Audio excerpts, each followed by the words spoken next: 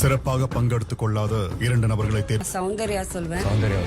கிரியேட்டிவா அந்த ரோல்ல நீ யோசிச்சிருக்கலாம் அப்படின்னு நம்ம சிவா ப்ரோ பார்க்குறேன். சிவா ப்ரோ தான் சொல்கிறேன். ஹாய் ஹலோ எல்லாருக்கும் வணக்கம் and welcome back to our channel. Bigg Boss வீட்டுக்குள்ளே இன்னைக்கான முதல் ப்ரோமோ உங்களுக்கே நல்லா தெரியும். டாஸ்க் முடிஞ்சிச்சு, யார் சிறப்பாக பங்களிப்பை கொடுத்தாங்க, பங்களிப்பை கொடுக்கல அப்படின்றது தான் வந்துட்டு கொடுப்பாங்க.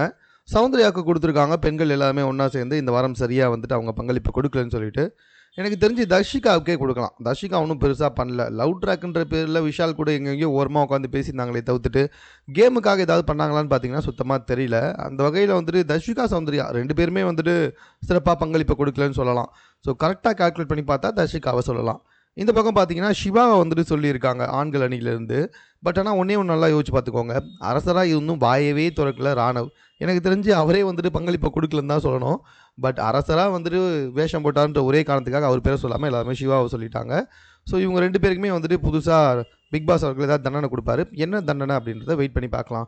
மேலும் இது போன்ற செய்திகளை உடனுக்குடன் தெரிந்து கொள்வதற்கு நம்ம சேனலை சப்ஸ்கிரைப் பண்ணுங்கள். இது குறித்து உங்களுடைய கருத்துக்கள் எதுவாக இருந்தாலும் கமெண்ட்டில் நீங்கள் பதிவு செய்யலாம்.